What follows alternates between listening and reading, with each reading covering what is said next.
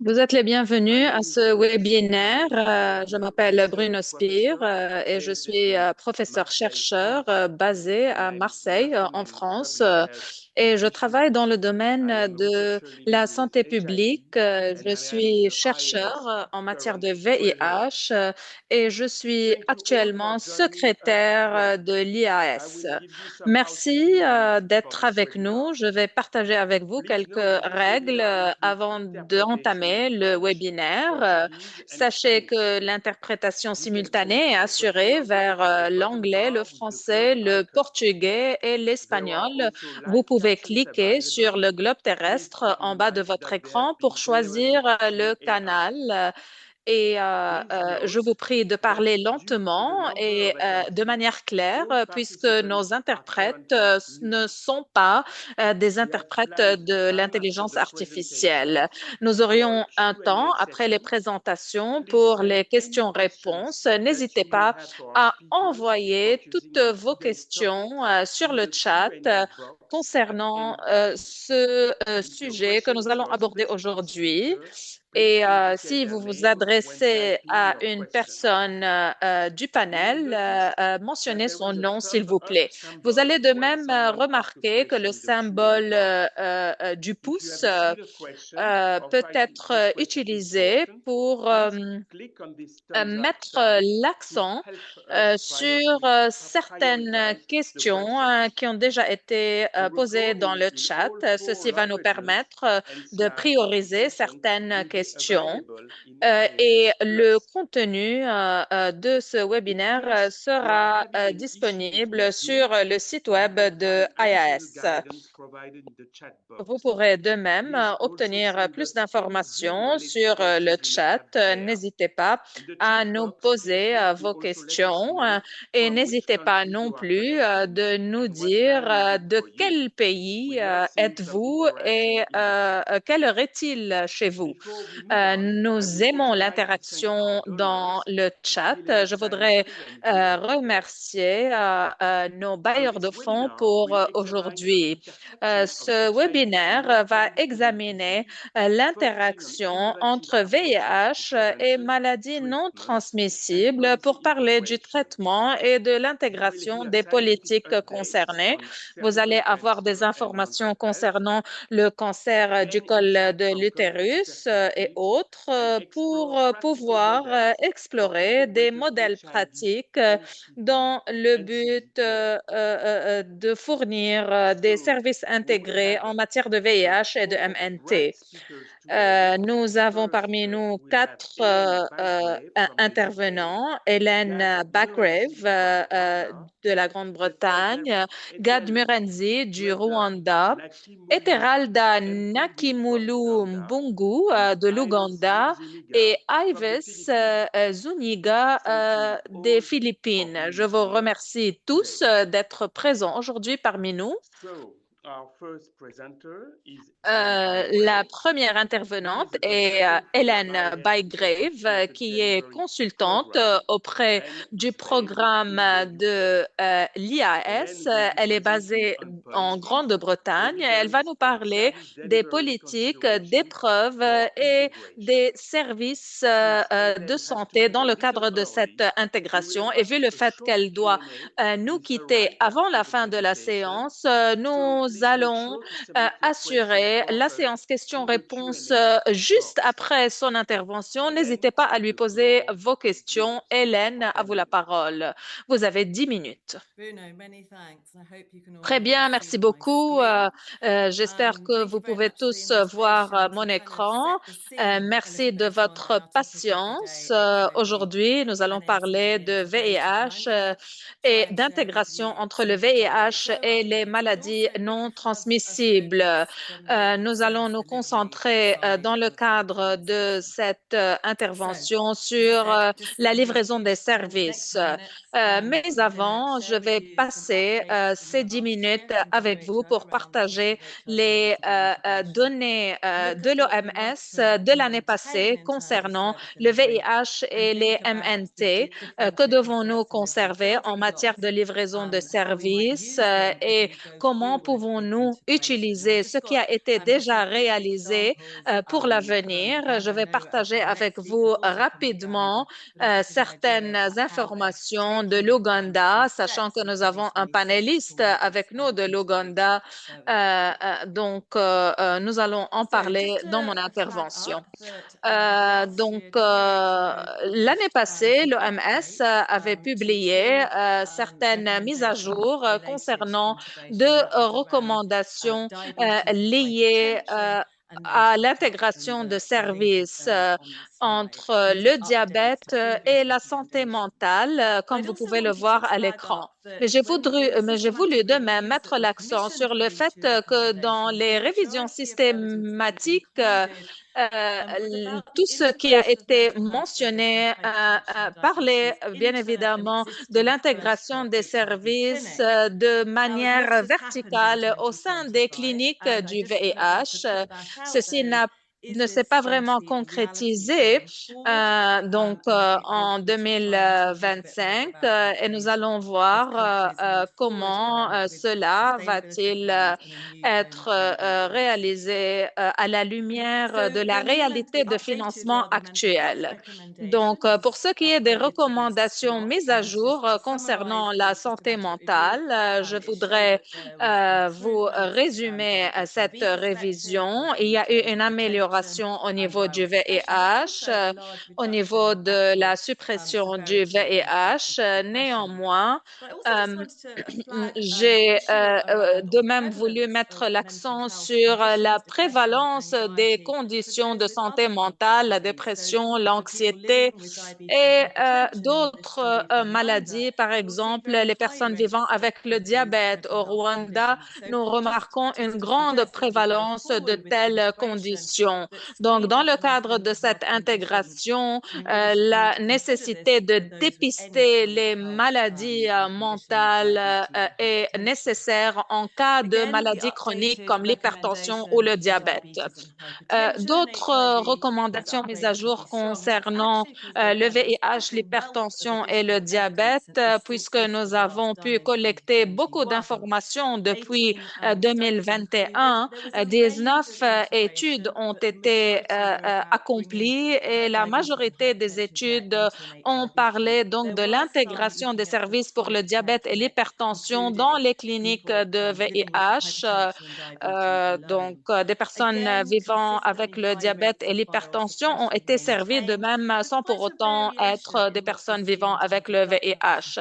Et nous avons de même remarqué dans le cadre de ces recherches que très peu de preuves se sont penchées sur le diabète. C'est pour cette raison qu'il a été difficile de réaliser ou d'aboutir à ces conclusions. Mais l'OMS a pour autant considéré qu'il faut que les services de diabète et d'hypertension soient intégrés aux services de VIH. Une étude a été accomplie en Tanzanie et en Ouganda, où plus de 7000 personnes ont participé à cette étude. Et vous pouvez remarquer sur cette diapositive les détails en ce qui concerne les résultats des statistiques très élevées. Comme vous le voyez, il paraît que ce modèle est très recommandé et actuellement, bien évidemment, dans les environnements dans lesquels nous vivons, l'intégration de ces services est plus efficace d'un point de vue médical pour les clients utilisant ces services. Certains points qui doivent être pris en considération. Comme nous avons toujours dit, il s'agit d'une approche centrée sur les personnes. Mais est-ce que nous pouvons imaginer que cette définition peut être utilisée pour plusieurs maladies? Est-ce que nous pouvons, par exemple,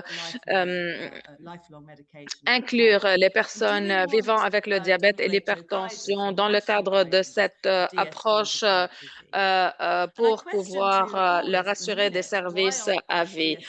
Donc, pourquoi cette livraison de services différenciés doit-elle être assurée aux personnes vivant avec le VIH et l'hypertension? Il existe bien évidemment des modèles pour les personnes chez qui la maladie est contrôlée et qui ont besoin peut-être de visiter les facilités, que ce soit dans le cadre d'approche individuelle ou communautaire. Pourquoi? Parce qu'il n'y a pas vraiment une définition claire de ces conditions chroniques, comme c'est le cas pour le VIH. Au Nigeria, par exemple, les directives sont très claires qui y aurait besoin de ces services. Et là, nous pouvons voir un exemple de l'Afrique du Sud. Au cours du temps, cette définition a été adoptée et l'approche est devenue plus libre en intégrant précocement des personnes ayant besoin de ces services intégrés. Si nous allons intégrer de nouvelles personnes, nous devrions bien évidemment opter pour une approche décentralisée. Quand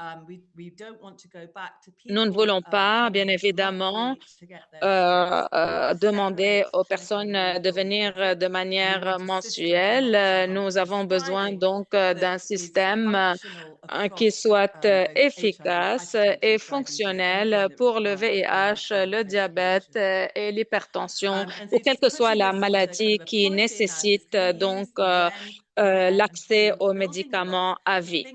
Donc, pour ce qui est des fondations ou des bases de notre travail, les bases auxquelles nous devons penser, qui peut faire le dépistage, qui peut faire le diagnostic, qui peut entretenir les prescriptions médicales. Pour ce qui est du VIH, et en termes de fréquence, comme c'est le cas au Zimbabwe et en Afrique du Sud, les visites sont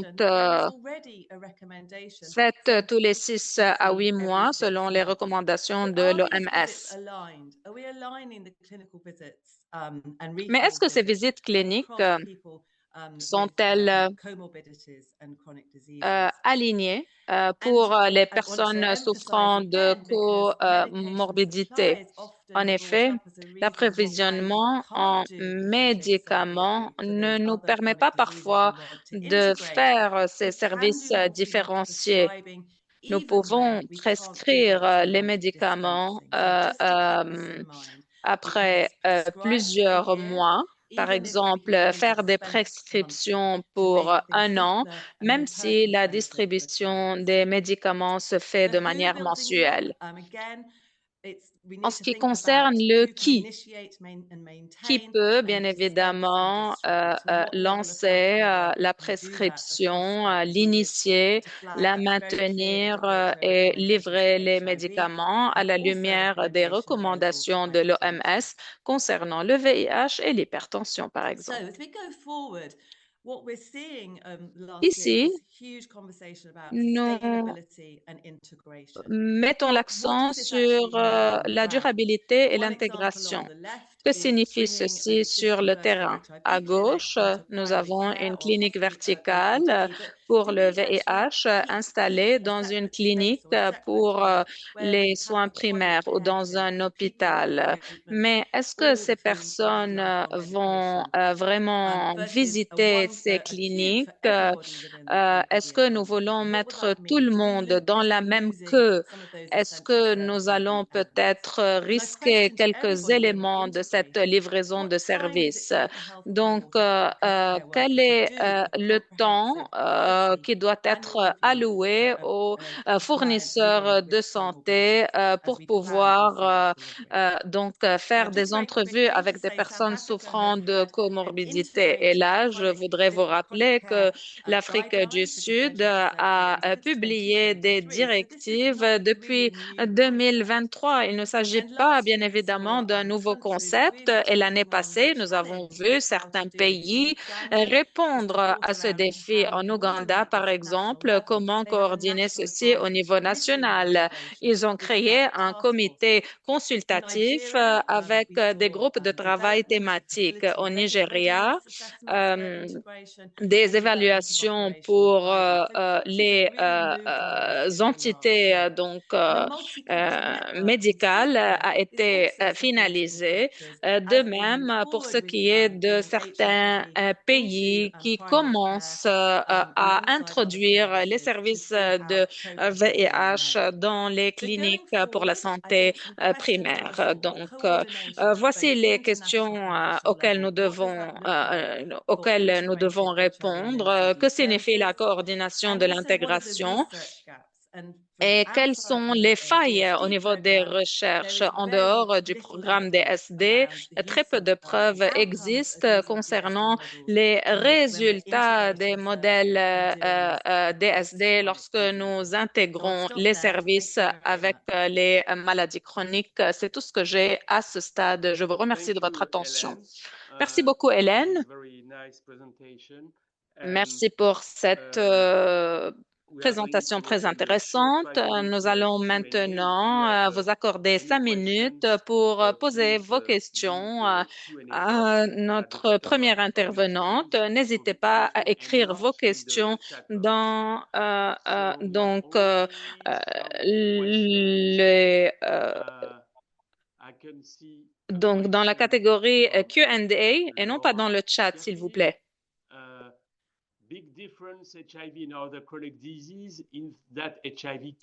Donc, première question. Est-ce que ces tests et ces services sont gratuits ou pas? Ils ne sont pas gratuits alors qu'ils sont gratuits pour le VIH, n'est-ce pas?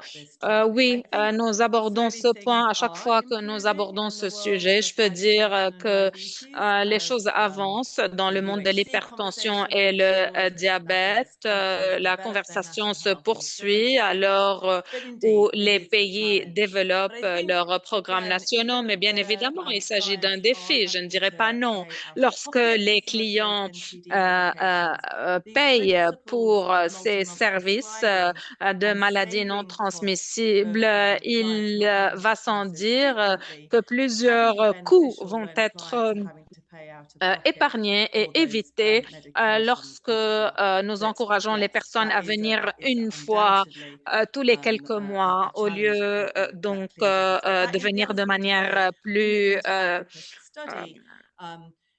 répétitive lorsque ces services ne sont pas intégrés. Donc, nous avons bien évidemment des défis à relever, mais ce modèle de service intégré a sans doute ses bénéfices. Merci beaucoup. Je vois plusieurs autres questions, mais nous ne pourrons répondre qu'à une seule question supplémentaire. Une question posée par Varado Mayo. Est-ce que vous avez fait de l'intégration au niveau de l'engagement communautaire? C'est une très bonne question. Je pense qu'un peu de travail a été fait au niveau de l'acceptabilité de l'assurance des services intégrés dans la révision de l'OMS. Ils se sont de même concentrés sur la qualité des recherches pour les services intégrés et de manière générale, l'acceptabilité est bonne. D'autres études ont été de même accomplies concernant ce sujet et les résultats étaient positifs. Mais je pense que le plus important serait l'engagement communautaire et le contrôle communautaire de la qualité des services fournis lorsque nous passons de l'intégration horizontale à l'intégration verticale. Je pense que les systèmes de contrôle communautaire sont très importants et je dirais de même que nous avons besoin de l'engagement de la communauté de personnes souffrant de maladies non transmissibles comme le diabète et l'hypertension. C'est à eux de dire si ces services seraient bénéfiques pour eux. Merci beaucoup, Hélène, et je remercie les participants de leurs questions. Je m'excuse, nous n'avons plus plus de temps pour répondre aux questions. Nous devons passer au prochain intervenant et je comprends votre frustration. Merci beaucoup, Hélène. Et maintenant, je voudrais introduire le prochain intervenant, Gad Mohanzi, directeur de la recherche clinique au Rwanda. Gad va parler des perspectives scientifiques et des dernières mises à jour concernant le traitement du cancer du col de l'utérus et du VIH. Gad, à vous la parole. Je vous donne 15 minutes. Hi, everyone. Thank you, Bruno. And, Bonjour, merci beaucoup. J'espère que vous pouvez m'entendre très bien. Yes, we hear you. Thank you. Oui, très bien. trying to share my screen.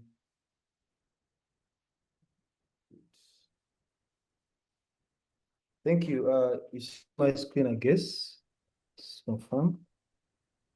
I'm happy to be here and Merci beaucoup. Comme je l'ai dit, thank you so much for je suis ravie the d'être parmi organizers vous. of this Merci d'avoir opportunity. organisé cette And I'm happy that rencontre, cette opportunité, et je suis ravie donc de pouvoir y reading participer NCDs and pour projects a little parler bit longer donc du VIH et des as maladies I've non introduced, I won't transmissibles. really go into the details of that, but Je ne vais pas I'll rentrer focus on dans the les prevention and treatment of détails cervical cancer, de management of mon HIV, travail, vu que we went Monsieur le over these modérateur m'a déjà objectives présenté. really Voici les briefly, objectifs understanding why de mon cervical cancer is intervention, as comprendre high burden incidence pourquoi with HIV, even le though treatment cancer du modality, col de and l'utérus then se there's répercute sur ways of preventing le cervical cancer, VIH et comment really in line pouvons-nous with the donc WHO strategy for éviter elimination. le cancer du col de So l'utérus à la lumière des most of us recommandations have de known that cervical l'OMS. cancer is one of the leading Comme vous le causes of savez,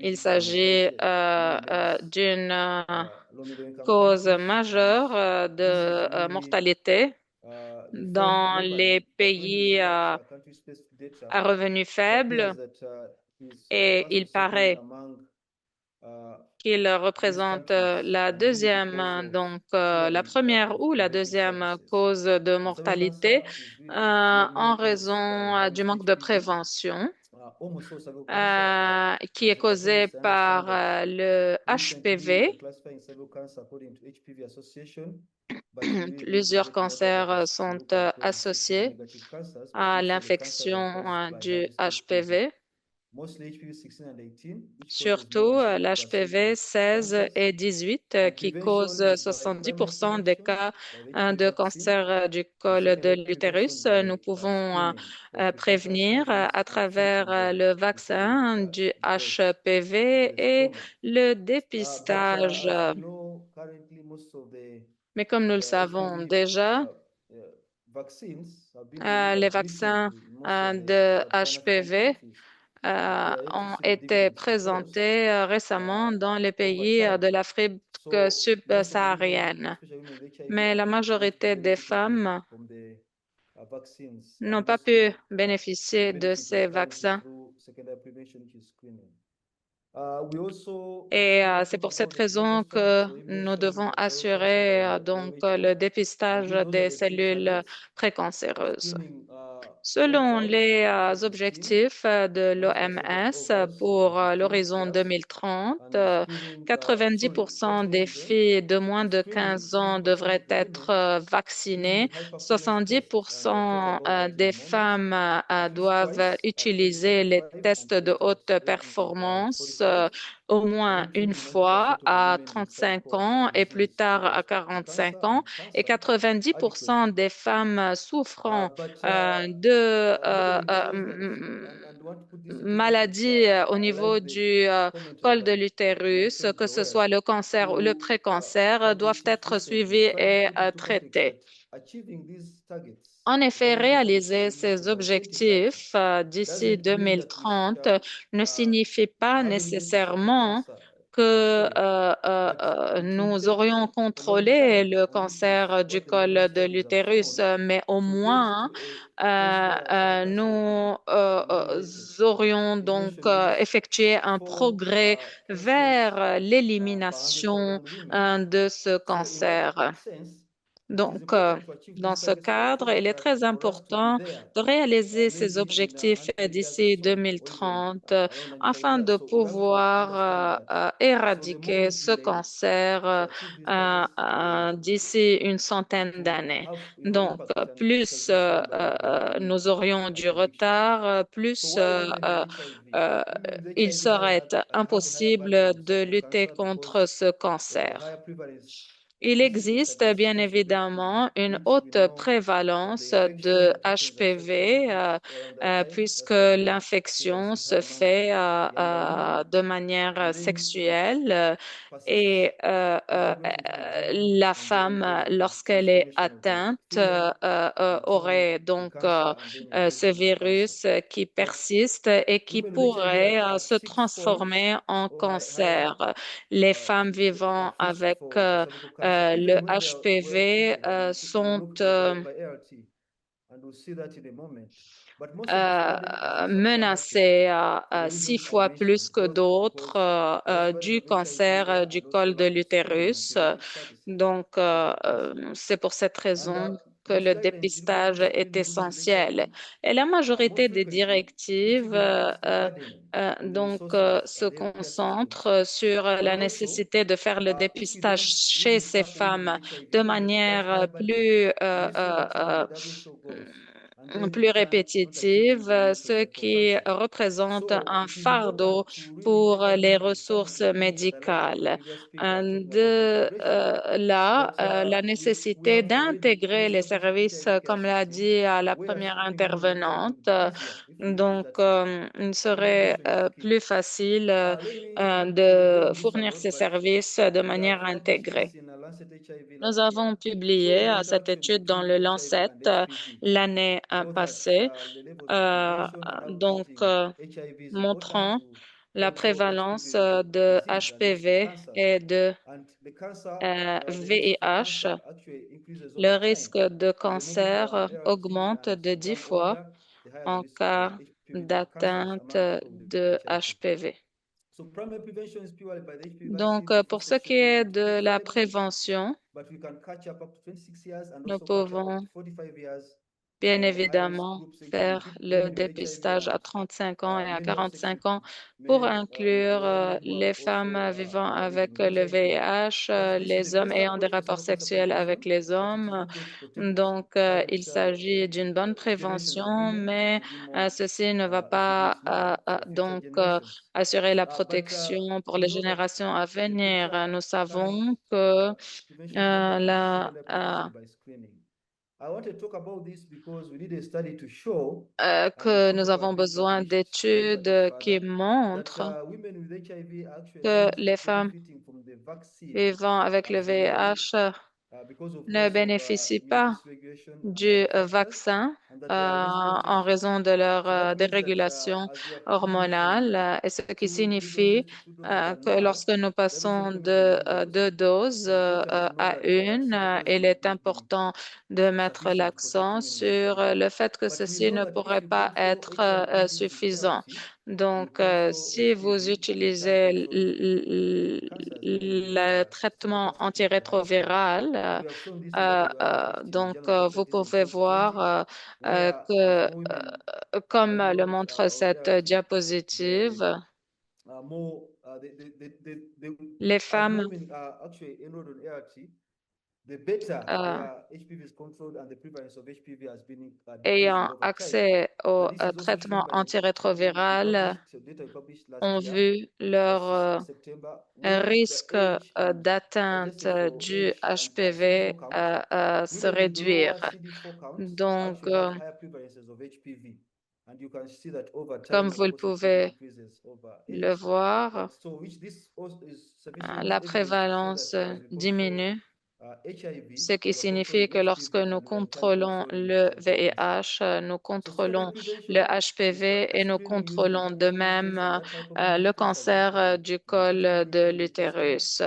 And Nous it is important devons to note that assurer le one of the dépistage advantages of HPV testing is et that women can receive collarettes grâce specimens à ce and test then come back de for the results and HPV, follow up les and see this femmes also. And peuvent also it is easier to revenir publish pour HPV obtenir les self-protection résultats with et other donc delivery obtenir systems, including pharmacy networks, l'orientation ART, nécessaire, que ce soit dans les pharmacies, dans les community centers, cliniques and qui many outreach programs. assurent les And it is services important to ou note that même as we dans le know that cadre the des programmes prevalence of HPV communautaires. and HIV is Donc, higher, it means lorsque la that more prévalence women augmente, who are HPV positive, those of women who are les actually HPV hommes, positive les will femmes, never develop excusez-moi, cervical cancer.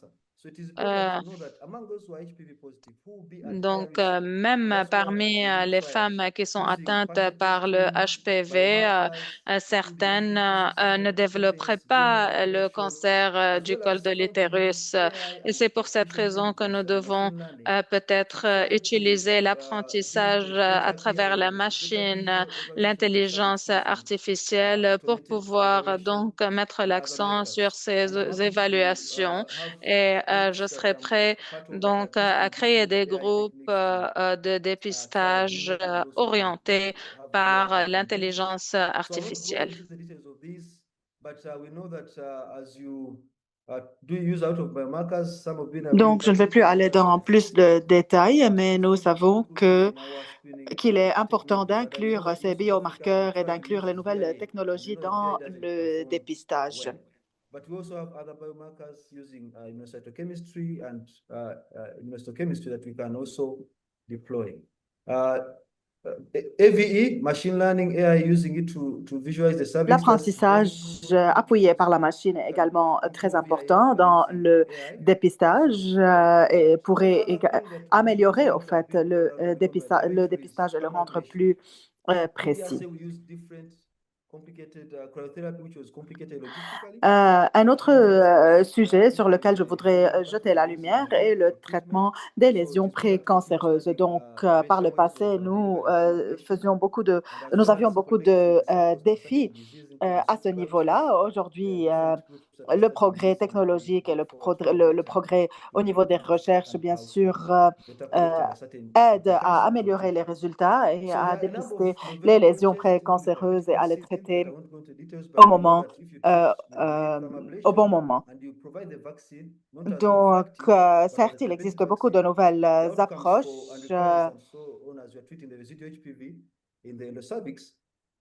en cours de développement, comme par exemple les vaccins thérapeutiques. Il existe encore des questions autour de leur efficacité, du meilleur timing ou du meilleur moment où il faut les administrer.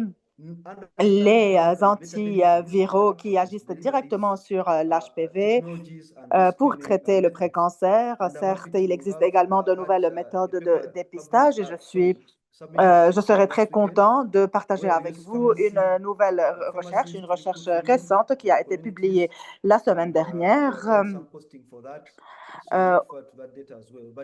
Donc, je suis prêt à partager ces nouvelles données également avec ceux qui seraient intéressés. C'est une recherche qui a porté sur les femmes dans les communautés locales, sur l'implication des pharmaciens et d'autres entités locales, donc de les mobiliser dans ces nouvelles méthodes de dépistage. Donc, nous avons déjà réalisé de bons progrès au niveau de la vaccination, mais il reste encore à faire beaucoup de progrès au niveau du dépistage, donc, et notamment dans les pays africains. En conclusion, donc, les messages à prendre avec nous à la fin de ce webinaire serait comment, au fait, ou quelles sont les nouvelles méthodes qu'il faudrait explorer encore plus pour améliorer la qualité de vie des femmes, et notamment celles qui sont les plus exposées au VIH et à l'HPV. Certes, ces deux épidémies restent encore des fardeaux de par leur prévalence et leur persistance. Donc, le dépistage est précoce et l'autotest demeure de méthode extrêmement importante à ce niveau-là. Merci beaucoup. Merci beaucoup, Gad. Nous allons consacrer quelques minutes pour les questions-réponses à la fin de ce webinaire. Permettez-moi d'introduire notre prochaine intervenante.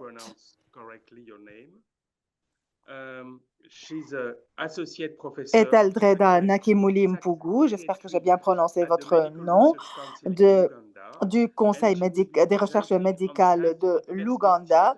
Elle nous parlera des dernières mises à jour concernant le dépistage, le traitement et le suivi, notamment au niveau de la santé mentale. À vous la parole, madame, vous avez 15 minutes.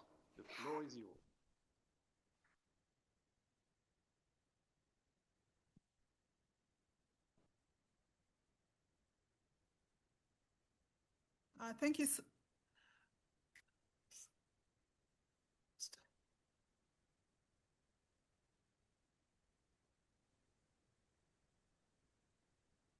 Thank you so much, Bruno, for your kind Merci presentation. beaucoup, Bruno. We are having a heavy storm out here. Nous avons une très forte tempête actuellement à Ngulu, où je me trouve, et j'espère que la batterie de mon ordinateur survivra à la coupure d'électricité. Bonjour, mesdames et messieurs. Je suis très contente d'être parmi vous aujourd'hui pour parler des avancements dans le traitement et au niveau de la prévention du VIH en Ouganda. Donc, nous allons passer en revue certains points, parmi lesquels l'interface de la santé mentale VIH, les défis qui persistent au niveau de la santé mentale relative au VIH, la psychothérapie et le soutien par les pairs et par le groupe, sur la communauté locale, le progrès au niveau de la science. Et nous conclurons par certaines leçons clés et certaines implications sur la santé mentale et sur les soins au niveau de la santé mentale liée au VIH ou aux personnes vivant avec le VIH. Donc, nous savons tous que les problèmes de santé mentale créent beaucoup de souffrance, notamment dans les pays à revenus moyens où l'accès aux soins demeure le moindre. En Afrique, parmi les personnes vivant avec le VIH, une personne sur trois connaît des symptômes de dépression très sévères. Heureusement qu'il existe des solutions basées sur les communautés locales, comme par exemple la psychothérapie de groupe, qui assure le maintien de l'espoir et du soutien, de l'appui psychologique. Donc, toutefois, ces services demeurent non intégrés dans les services de soins réguliers. En dépit donc du succès, en dépit du progrès que nous avons vu ici et là, l'intégration des services de santé mentale demeure insuffisante et c'est est un défi qu'il faut encore soulever parce que nous sommes convaincus que la santé mentale demeure un élément fondamental dans le traitement et la prévention des maladies, et notamment du VIH. Jusqu'à maintenant, les psychothérapeutes ne sont pas suffisamment impliqués dans les méthodes et dans les approches de prévention, de traitement, etc. Des recherches menées en Afrique et particulièrement en Ouganda ont montré que les psychothérapeutes ne sont pas impliqués dans les réunions et ne sont pas invités aux réunions à haut niveau, les réunions ministérielles, les réunions d'évaluation médicale et ne sont impliqués, les psychothérapeutes ne sont impliqués que lorsque la crise a lieu. Nous avons mené des évaluations, des études d'évaluation de la psychothérapie de groupe et cette recherche a montré que, au fait, les personnes qui bénéficient de cette psychothérapie de groupe connaissaient une qualité de vie meilleure que les personnes vivant avec le VIH, mais qui n'avaient pas accès à ce genre d'appui psychologique. Il existe plusieurs modèles et plusieurs solutions basées sur les communautés locales, donc fondées dans les thérapies cognitives comportementales, dans les théories cognitives sociales et dans le cadre des thérapies durables. Ces séances, normalement, ciblent les femmes et les hommes séparément. Donc, des groupes d'appui aux femmes et des groupes d'appui aux hommes se réunissent séparément parce que les besoins des hommes sont différents de ceux des femmes. La première séance est une séance d'introduction afin d'identifier les besoins de chacun des groupes cibles. La deuxième séance est une séance de sensibilisation. La troisième séance est une séance pour acquérir des compétences et un certain savoir afin de pouvoir gérer la stigmatisation, la discrimination, les symptômes auxquels ces personnes font face. Et la dernière séance est normalement se concentre normalement sur le mode de vie et sur la qualité de vie, et les recherches ont montré que ces groupes d'appui aidaient dans l'adhésion au traitement, aider également dans le maintien de la subsistance des personnes vivant avec le VIH.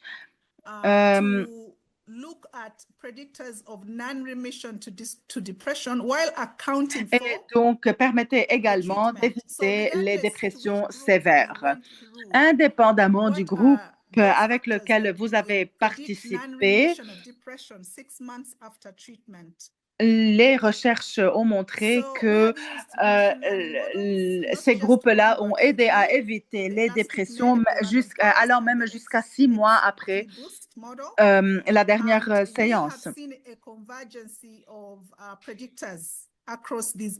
Nous avons en effet nous nous sommes également penchés sur les facteurs pouvant prédire les dépressions.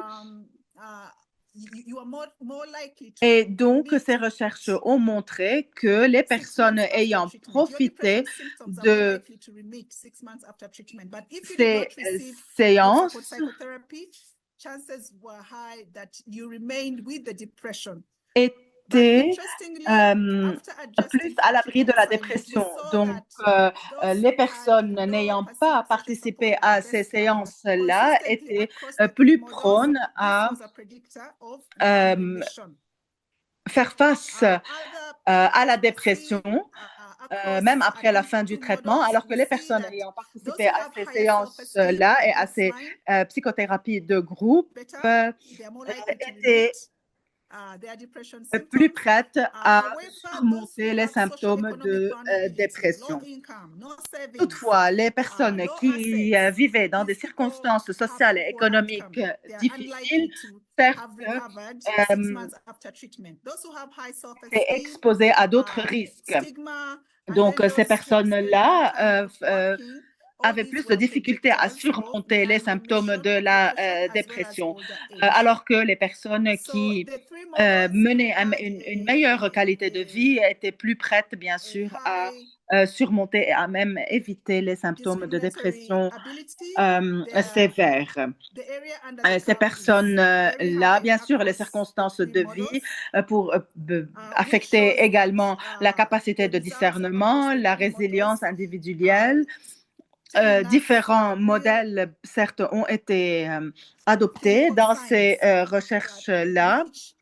Et nous avons comparé entre les différents modèles et bien sûr, afin de pouvoir identifier les facteurs de non-rémission, donc qui pouvaient prédire la rémission ou pas après la fin du traitement.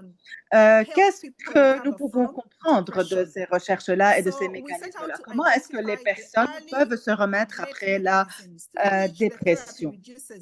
Et ici, nous avons remarqué que ces thérapies aidaient également à assurer l'appui émotionnel dont avaient besoin ces patients ou ces personnes-là. Donc, nous avons regardé plusieurs variables psychosociales et nous nous sommes penchés également sur la capacité à s'adapter.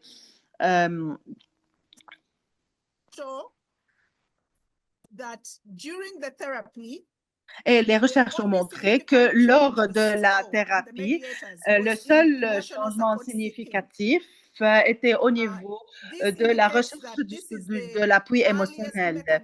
Et donc, cela montre que c'est le premier mécanisme qui mène ou qui guide ce processus dans lequel passe la personne au cours de son traitement, au cours de sa dépression, etc. Nous avons également comparé les résultats au niveau de ce facteur-là à travers les différentes phases du traitement et les différentes phases de la dépression. Et nous avons remarqué que ce facteur demeure le plus important tout au long du processus de remise de la dépression. Donc, dans ce graphe, vous pouvez voir les résultats 2 mois après la fin de la thérapie. Donc, l'effet immédiat de l'appui psychosocial, donc un appui assez important. Et 6 mois après la fin de la thérapie, où nous avons encore noté une réduction au niveau de la stigmatisation, une bonne remise de la dépression, même après 6 mois.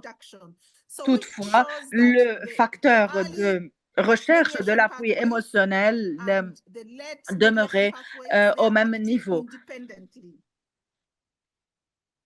Et cela montre bien sûr l'importance de ces parcours d'appui psychosocial.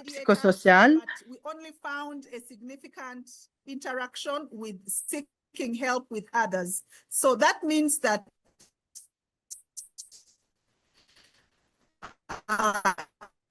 emotional support seeking during therapy was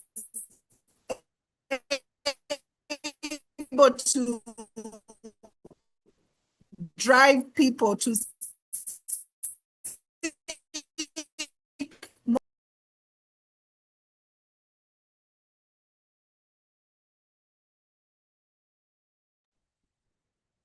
Et donc, tout cela a aidé à réduire les effets de la dépression.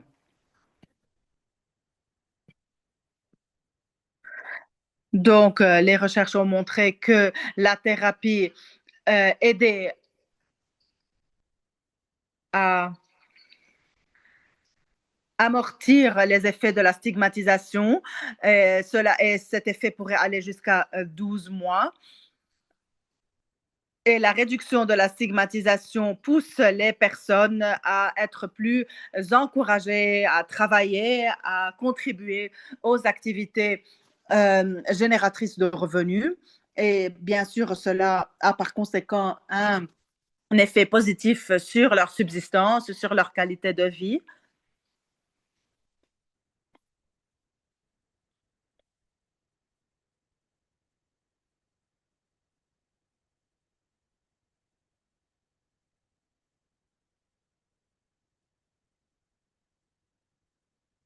Les recherches ont également montré que ces parcours d'appui psychosocial aidaient également à prendre des habitudes d'adaptation positives, à adopter des stratégies d'adaptation positives.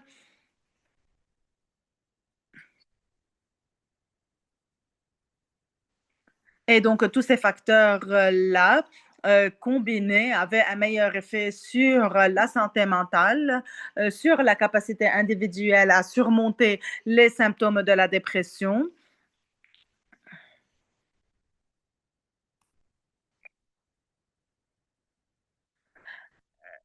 Ces approches aidaient à réduire la stigmatisation, à réduire les vulnérabilités sociales.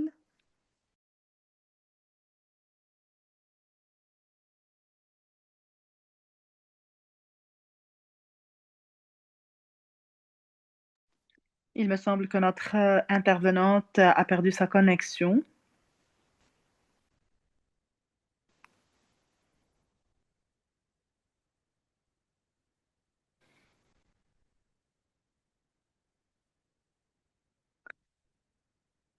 Donc, qu'est-ce que cela veut dire pour la santé mentale? Cela veut dire que nous sommes capables d'identifier les personnes les plus exposées au risque et d'intervenir très tôt.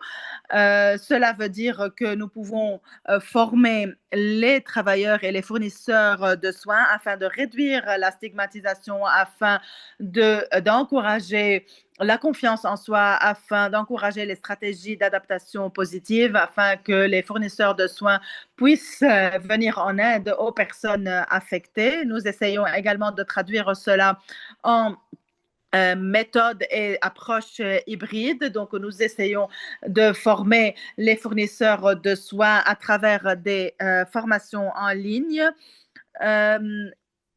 et à un niveau avancé. Donc, cela est combiné avec des exercices pratiques.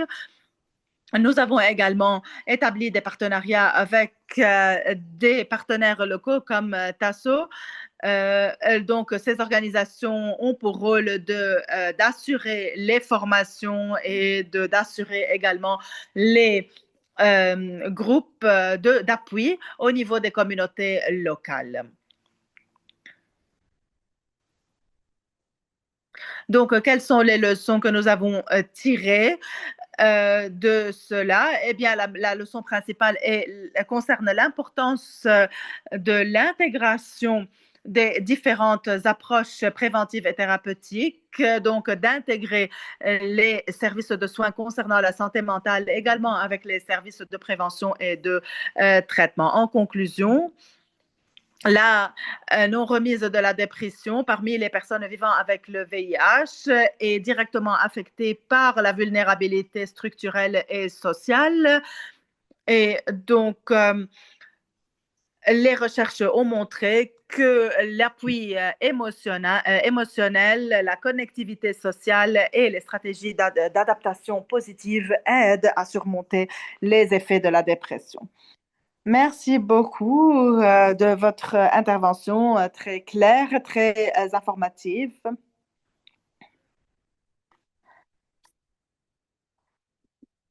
Je donne la parole à notre prochain intervenant, Ives Mayel Zuniga, des Philippines. Ives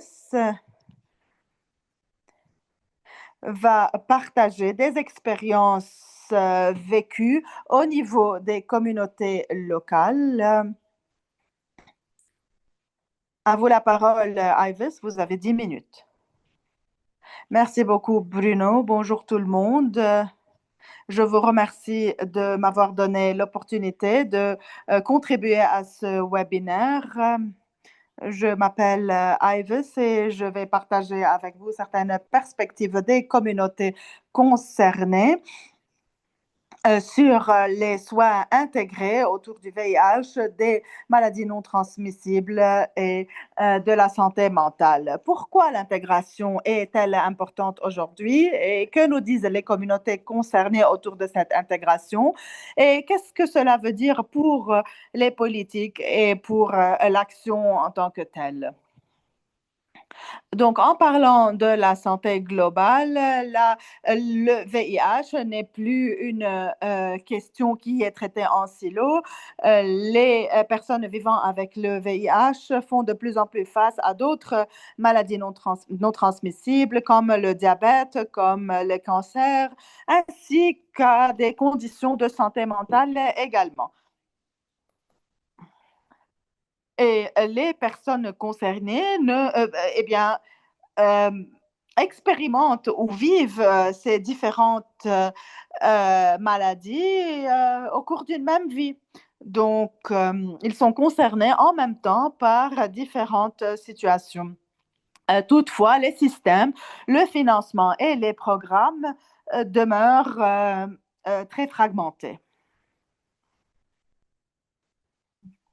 Par conséquent, l'intégration n'est pas uniquement une question technique, mais consiste à voir comment nous pouvons lier les différents points au niveau des systèmes, au niveau des programmes, afin de fournir des services intégrés aux personnes qui en ont le plus besoin. Donc, que nous disent les communautés aujourd'hui? Les communautés nous disent que cette fragmentation au niveau des systèmes, au niveau de la provision de soins, représente le fardeau le plus lourd par rapport aux personnes les plus vulnérables. En effet, la stigmatisation, notamment autour du VIH, autour de la santé mentale, autour de l'usage des drogues, représente encore des obstacles interdisant l'accès aux soins. Les communautés nous disent également que souvent l'accès aux soins chroniques requiert souvent un financement individuel. Et par conséquent, les personnes les plus vulnérables, les communautés marginalisées qui parfois n'ont pas les moyens, demeurent incapables d'avoir accès à ces soins-là. Donc, ce sont des problèmes, ce sont des défis qui affectent les vies de beaucoup de personnes.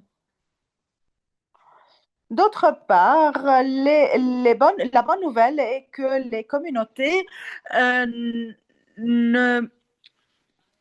ne se tiennent pas les bras croisés. En effet, les communautés sont très actives au niveau du plaidoyer, des groupes au niveau des communautés concernées et des populations vulnérables mènent des campagnes de plaidoyer dans les dialogues nationaux afin d'intégrer les services du VIH avec d'autres soins de santé, l'intégration également de la santé mentale, etc. Les communautés sont également très actives au niveau de la prévention à travers l'éducation des pairs, à travers l'appui psychosocial dans les groupes, etc. Par ailleurs, les fournisseurs de soins sont de plus en plus sensibilisés également et jouent un rôle différent, essayent de leur mieux dans plusieurs endroits et dans plusieurs exemples que nous avons vus, donc de changer les modèles de provision de soins. Et donc, cela allège le fardeau et aide les personnes les plus vulnérables et les personnes concernées à avoir accès à des services plus ou moins intégrés avec moins de difficultés. lorsque les communautés travaillent ensemble, cela bien sûr représente beaucoup d'opportunités.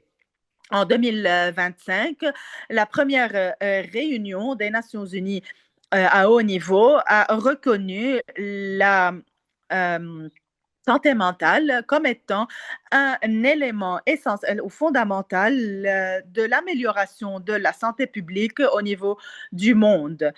Donc, c'était vraiment un progrès que nous devons reconnaître aujourd'hui. Un réseau a également été mis en place. Chaque mouvement, tout mouvement à travers le monde ou même chaque individu pourrait se joindre à ce réseau afin d'améliorer l'accès à des services de santé mentale, un objectif, ayant pour objectif, bien sûr, de réduire les pourcentages ou les taux de suicide et d'autres problèmes de santé mentale. Et ici, vous pouvez voir la photo de certains champions de plusieurs pays du monde qui ont été capables de lever la voix au sein de la plateforme des Nations Unies et de plaider pour l'intégration de la santé mentale. Par ailleurs, un rapport sera publié bientôt par l'ONU-SIDA. Et c'est une revue commune entre le Global Fund, le Fonds mondial, l'ONU-SIDA et United GMH. Donc, c'est un rapport qui met la lumière sur la situation actuelle au niveau de l'intégration des services de soins. Et donc, certes, les données incluses dans ce rapport seraient mises à la disposition de tous lorsque ce rapport sera publié. Selon ce rapport, 11% uniquement des investissements ou alloués aux comorbidités reçoivent l'approbation et sont alloués dans les budgets nationaux. Ce rapport reconnaît également que les systèmes communautaires et la consolidation des systèmes communautaires demeurent une priorité qui devrait recevoir plus de financement.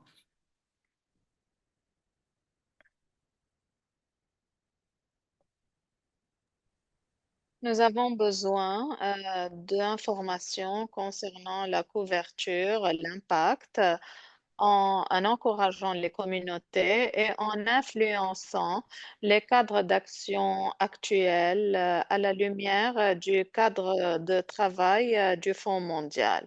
Deuxièmement, comment pouvons-nous encourager l'engagement communautaire au niveau de la prise de décision, de la préparation des budgets, du contrôle de la performance et de la livraison de services intégrés? J'ai vraiment aimé le fait que les intervenants ont parlé de l'importance du rôle des communautés, notamment les communautés de santé mentale, comment ceci peut-il se répercuter positivement sur le VIH, et enfin, la nécessité de protéger le financement puisque les services de comorbidité doivent faire partie de plusieurs cadres d'action de financement, puisqu'il s'agit de l'égalité au niveau de l'accès aux services. Et enfin, permettez-moi de dire que les personnes ne vivent pas seules en silo et ceci doit s'appliquer au système de santé. Et là, l'intégration devient non seulement possible, mais aussi inévitable. Merci de votre attention et je vous souhaite une bonne journée.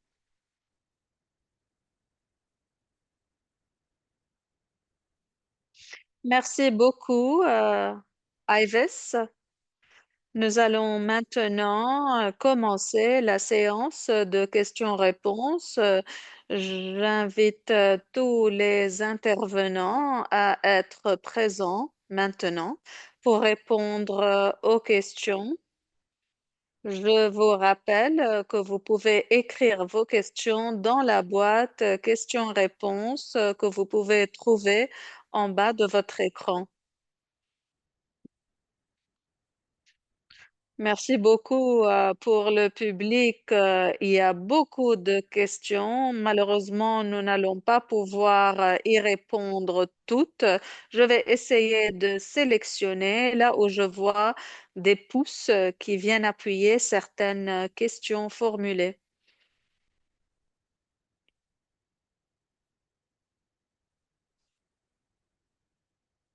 Une question pour commencer de la part de Dr. Chimwaranda de la Namibie.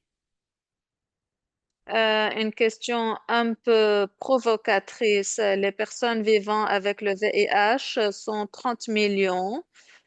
Il s'agit d'un cas d'urgence médicale internationale, alors que nous avons 1 milliard de personnes vivant avec des problèmes de santé mentale. Pourquoi oublions-nous toujours ce désastre? Pourquoi nous n'annonçons pas une urgence médicale à ce niveau? Est-ce que nous avons oublié ce fléau? Est-ce que quelqu'un voudrait répondre à cette question? Est-ce que l'un des panélistes voudrait s'aventurer pour répondre à cette question?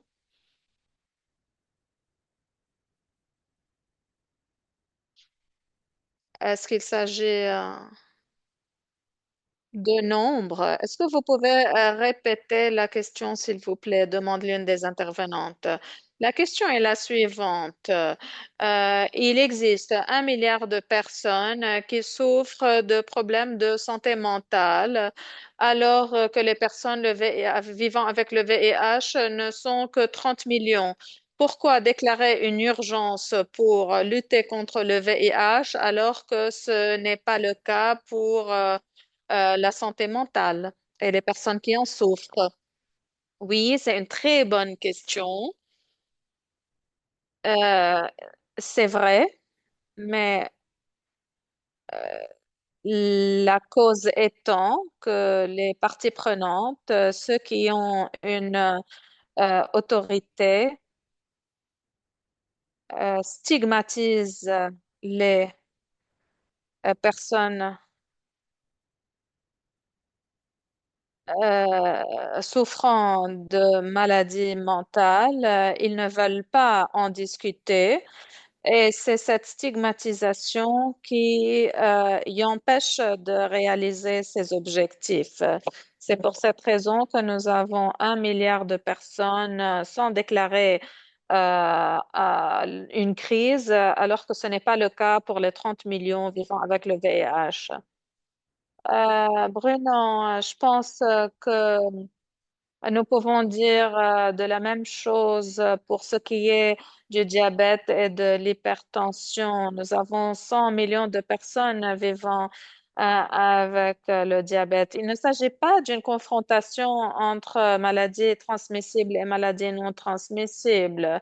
Il s'agit de sécurité et d'un grand nombre de jeunes qui mourraient en raison du VIH. Et c'est à ce stade que l'état de crise a été déclaré. Donc, il ne s'agit pas de disparité, mais nous devons bien évidemment tenir compte du fait que nous avons plusieurs défis à confronter actuellement en raison de la manière à travers laquelle les choses ont évolué.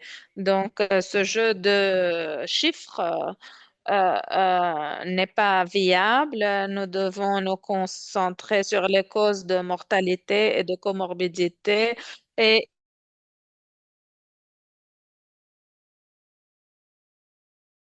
les ministères de santé.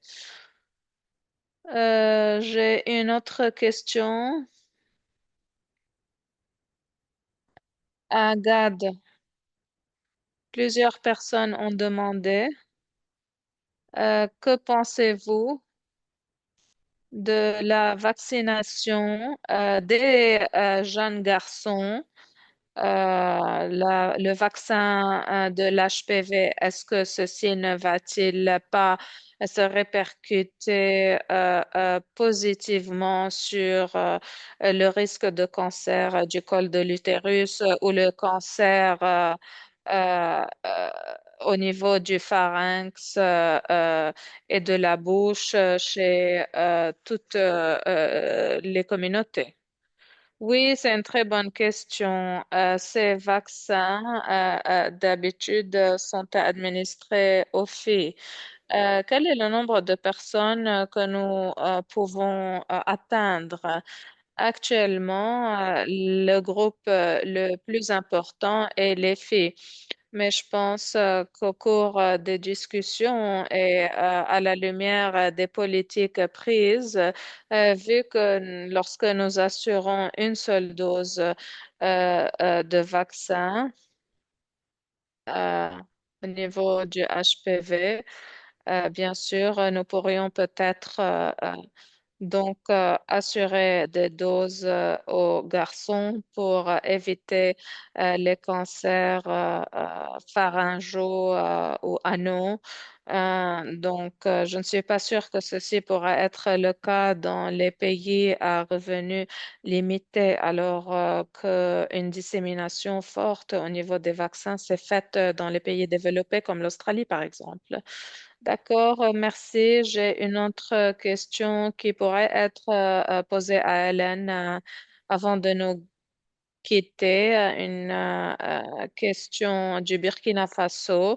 Y a-t-il eu des innovations en termes d'applications mobiles qui peuvent être utilisées pour assurer le suivi des personnes vivant avec le VIH et des personnes souffrant de maladies non transmissibles dans les pays à revenus faibles? Oui, ces modèles n'ont pas été examinés dans le cadre de la révision de ce qui est actuellement disponible, mais je pense qu'il serait intéressant dans l'avenir, lorsque nous réfléchissons aux cliniques de maladies chroniques, le fait que nous aurions beaucoup de personnes pour l'hypertension et le diabète, nous aurions bien évidemment besoin de modèles innovateurs. Pour l'hypertension et pour le diabète, nous ne pouvons pas demander aux personnes de venir visiter les cliniques une fois par mois. Ici, en Grande-Bretagne, la révision se fait de manière annuelle pour les maladies chroniques, mais il s'agit d'une révision clinique globale. Donc, je pense que nous avons bien évidemment beaucoup d'opportunités à travers la télémédecine, des questionnaires qui peuvent être remplis par les patients avant les consultations ou autres. Nous avons besoin de faire ces investigations et les résultats vont nous permettre de faire le triage et d'envoyer un feedback aux patients. Donc oui, il y a de grandes opportunités, les recherches existent, mais je pense que nous devons les analyser non seulement avec la lentille du VIH, mais avec la lentille d'autres maladies chroniques. Merci, merci Hélène. Si vous devez nous quitter, il n'y aura aucun problème. Pour pouvoir poursuivre votre ordre du jour, nous aurions un remplaçant qui viendra pour répondre aux questions qui seraient peut-être posées à vous plus tard. Une autre question que je vois ici dans cette boîte est posée à Gad.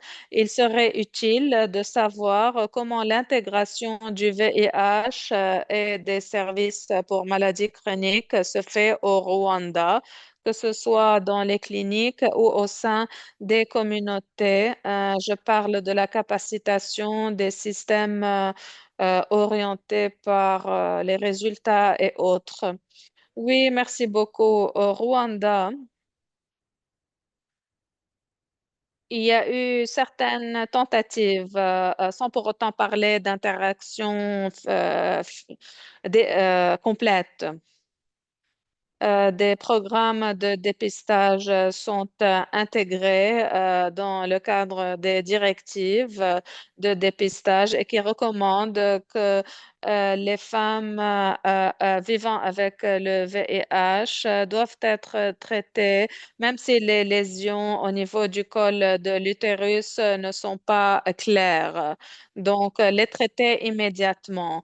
Et ceci est en train de se faire, mais nous pourrions peut-être le développer encore plus dans nos pratiques et dans nos politiques. Donc, au sein des cliniques pour le VIH, nous pouvons traiter le cancer du col de l'utérus ou faire ce dépistage.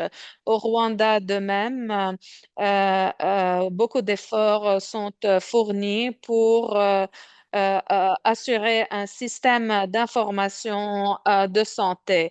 Donc, la base de données pour le VIH ou toute autre base de données médicales sont collectées pour être interprétées dans un centre.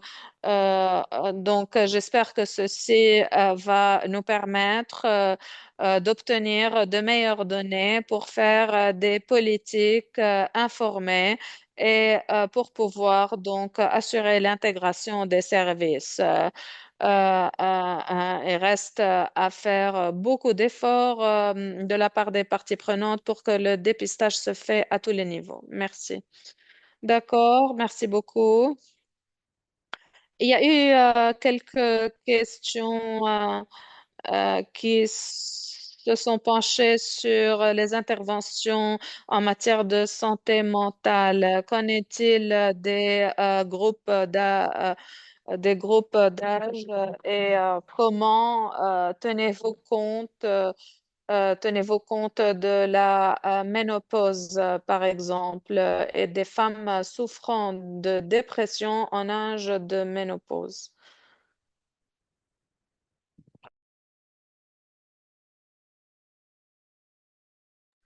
Merci de vos questions. Donc, les interventions concernaient tous les adultes. Donc, tous les adultes ont la chance de joindre ces programmes. Toutefois, lorsque les fournisseurs de soins invitent les personnes cibles au groupe, ils tiennent en compte l'âge, l'âge des participants et participantes et font en sorte de regrouper les personnes dans des groupes homogènes au niveau de l'âge. Donc, vous ne trouverez pas une jeune femme avec une femme de 60 ans dans le même groupe. Donc, c'est normalement un groupe pour les femmes les plus âgées et avec les femmes les plus avancées en âge, les fournisseurs de soins sont formés pour savoir traiter également de défis qui concernent les personnes les plus avancées en âge. Pour ce qui est de la ménopause, je ne peux pas répondre à la question parce que nous ne nous concentrons pas particulièrement sur ce point.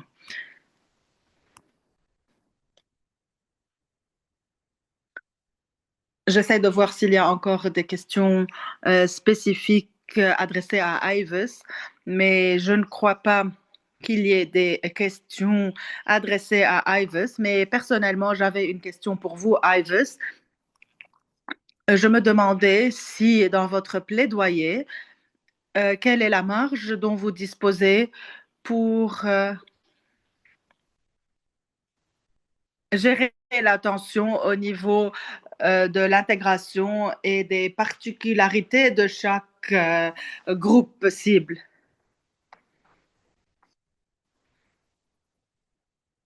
Et leur besoin d'avoir accès à certains services. Merci, Bruno. Donc, heureusement que nous n'avons pas à gérer beaucoup de tensions à ce niveau-là, parce que lorsqu'on parle de VIH, automatiquement, on passe à différents groupes cibles, différentes populations clés. Donc, souvent, le VIH est le dénominateur commun entre ces différentes populations clés.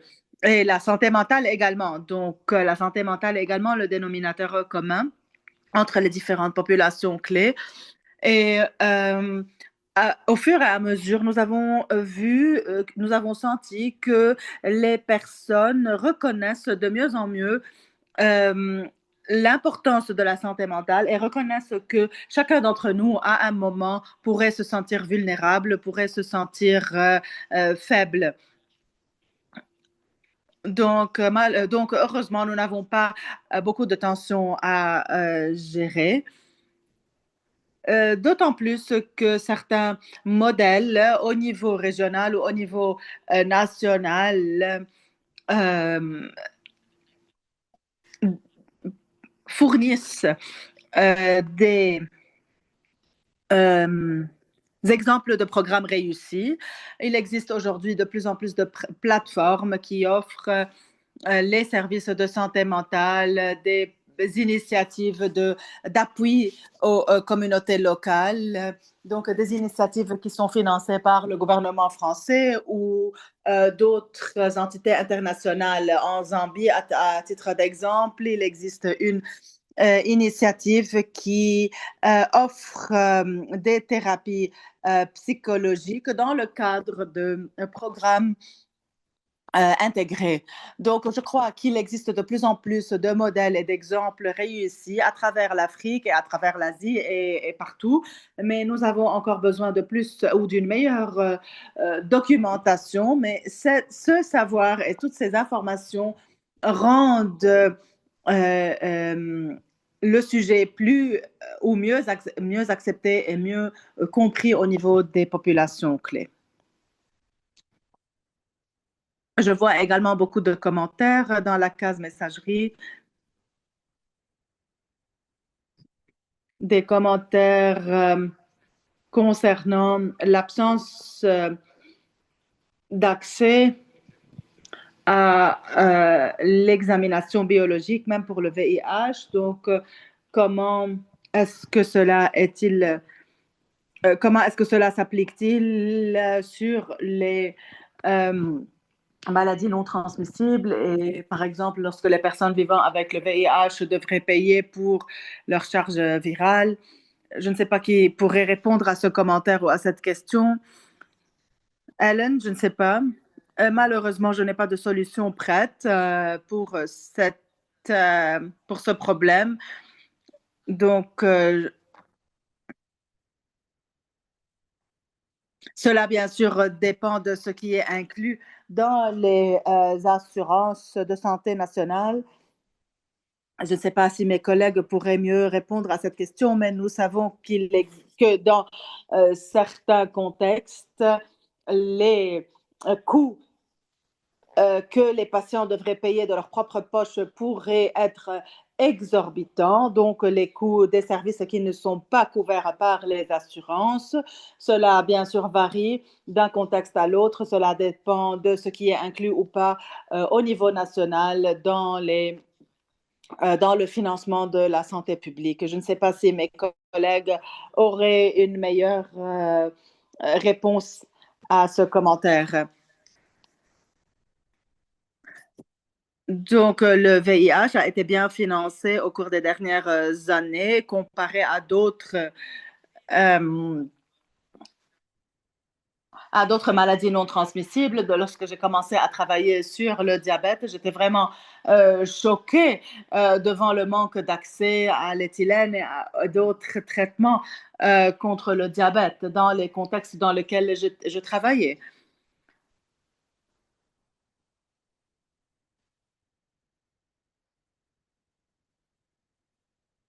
Merci. Une dernière question pour vous, Helen.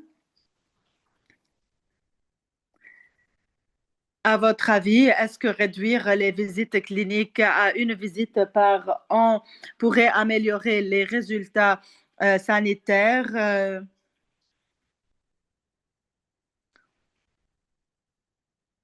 Et surtout, si l'on tient compte des complications qui pourraient résulter de la combinaison de plusieurs morbidités. Donc, la question de passer à une visite clinique est une question sur laquelle nous sommes encore penchés. Donc, résultats des recherches montrent jusqu'à maintenant que les niveaux de charge virale sont bien maintenus même lorsqu'on réduit les visites à une visite clinique. Toutefois, cela ne veut pas dire que ça résout les autres ou ça nous aide à surmonter les autres défis qui persistent. Donc, certes, cela dépendra des différents cas. Cela dépendra également du niveau d'adhésion au traitement. Toutefois, laissez-moi expliquer ce que nous voulons dire par cette visite clinique annuelle. Donc, qu'est-ce que nous voulons dire par là? Quelle est la durée de cette visite? Qu'est-ce qui va être évalué lors de cette visite? Donc, si nous parlons de personnes avec des comorbidités, donc VIH, diabète, dépression, etc. Donc, il faut être réaliste vis-à-vis de ce que le fournisseur de soins pourrait faire et du temps, de la durée nécessaire afin de pouvoir tout évaluer. Toutefois, une visite annuelle qui dure pendant 1 heure, par exemple, serait mieux que plusieurs visites qui durent 5 minutes. Merci beaucoup, Helen. Donc, nous arrivons à la fin de notre webinaire. Je vous remercie de cette discussion très intéressante. Nous nous excusons du manque de temps pour prendre encore plus de questions. Je suis sûre que nous aurions pu rester encore pour 1 heure supplémentaire, mais malheureusement, nous n'avons plus le temps. Permettez-moi juste de conclure avec certaines observations finales. Donc, je voudrais remercier les intervenants, intervenantes, les interprètes, les participants, participantes. Qu'est-ce que nous avons appris? Nous avons appris que l'intégration est une question fondamentale, c'est une question clé pour un meilleur avenir. Il existe encore des défis à soulever, que ce soit au niveau du financement, de la participation des populations clés. Nous avons posé l'exemple du HPV, qui fait partie de la santé sexuelle. Nous avons également parlé de la santé mentale, un élément également très important dans la vie des personnes vivant avec le VIH, et par conséquent, nous avons mis l'accent sur l'importance de l'intégration de la santé mentale dans les services de soins. J'étais vraiment très choquée de savoir qu'il existe encore des inégalités au niveau de l'accès aux services de santé mentale. Et par conséquent, nous n'avons pas tous les mêmes chances de nous remettre après ou suite à des dépressions ou suite à des problèmes de santé mentale. Voilà pourquoi nous devons encourager cette intégration, notamment pour mieux faire face à la stigmatisation. Nous avons également appris que la santé mentale a été sévèrement affectée par les coupures budgétaires récentes, mais elle demeure une priorité pour les populations clés et les communautés locales.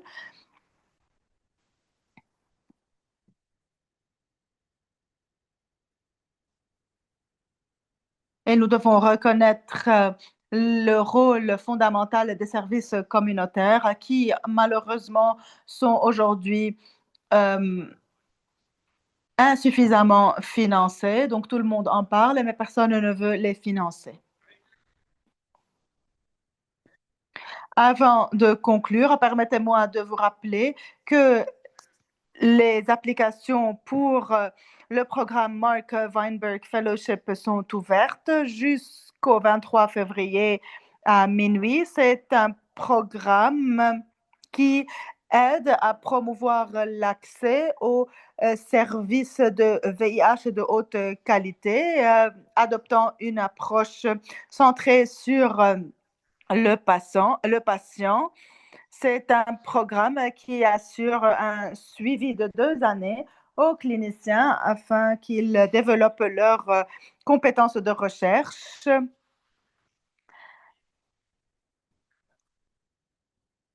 Si ce programme vous intéresse, n'hésitez pas à communiquer avec l'équipe de Mark Weinberg Fellowship Program.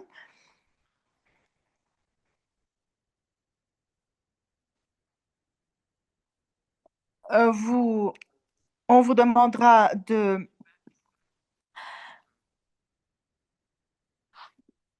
remplir un formulaire d'évaluation à la fin de ce webinaire. Le lien qui vous mènera à ce formulaire a été partagé dans la case messagerie.